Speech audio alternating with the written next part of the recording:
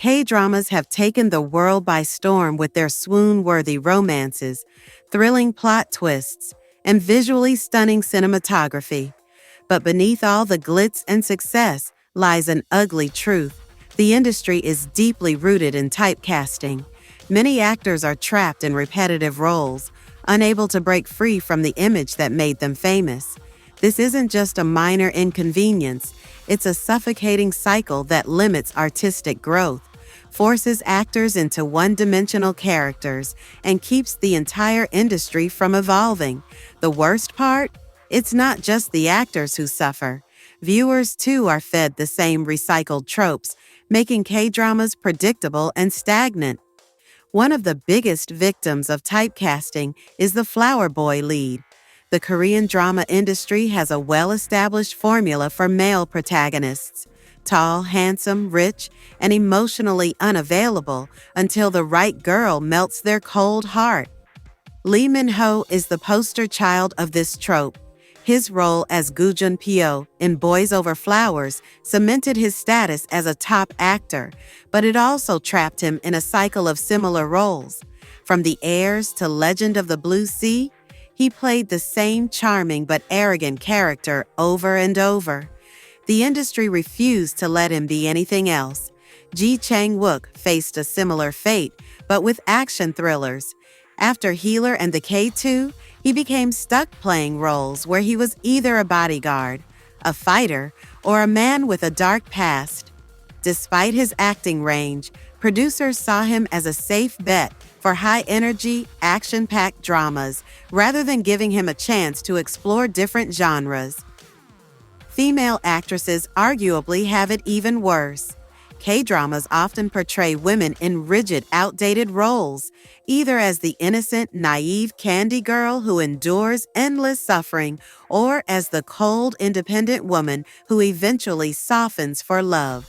Park Seo-joon has been trapped in this cycle for years. She started strong with drama, You're Beautiful, but quickly got boxed into playing the poor, struggling girl opposite a rich, powerful male lead in The Heirs and Doctors. Despite her growth as an actress, the industry kept throwing the same roles at her. Suzy faced a similar issue. No matter how much she improved, she was repeatedly cast as the innocent beauty, rather than given the opportunity to challenge herself with darker or more complex roles. The problem worsens for older actors, especially women. Korean dramas have a terrible habit of reducing middle-aged actresses to predictable secondary roles: overbearing mothers, cruel mother-in-laws, or long-suffering wives. Kim Mi-kyung, a veteran actress, is always seen as the supportive mother or mentor figure, rarely given a chance to play a dynamic lead. Meanwhile, male actors like Lee Byung-hun and Yang Hyuk continue to receive diverse, challenging roles even in their 40s and 50s. This imbalance proves that the industry favors aging male actors while limiting female actresses to the same repetitive supporting characters. Typecasting doesn't just hurt actors, it damages the entire K-drama industry. Audiences who watch dramas regularly begin to notice the same recycled storylines, the same love triangles, and the same predictable character arcs. Writers and directors are pressured to stick to formulas that work rather than exploring fresh and original concepts. New actors entering the industry are also affected. If they debut in a particular type of role and it gains popularity, they are immediately locked into that category, making it nearly impossible to break free. A prime example of extreme typecasting is how villains are portrayed in K-dramas.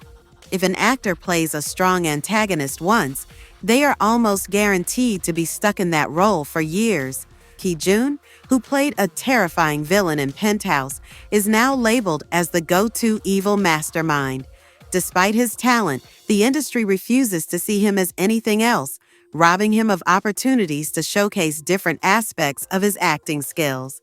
The same happened with Kim Seo-hyun after Sky Castle. Her chilling performance as a manipulative woman led to her being cast in similar villainous roles repeatedly. Even international success doesn't free actors from the grip of typecasting. When Korean actors make it big in Hollywood, they often find themselves stuck playing stereotypical Asian characters rather than getting diverse, meaningful roles. Lee Young-jae, who gained global recognition through Squid Game, still faces the struggle of being offered roles that align with how Western media perceives Asian actors, rather than recognizing his versatility. Breaking free from typecasting is nearly impossible. Some actors attempt to shift to movies, hoping for more creative freedom, but not everyone is given that chance. Others take long breaks, hoping that audiences will forget their previous roles and accept them in new ones. But more often than not, the industry clings to their most famous image and refuses to move on.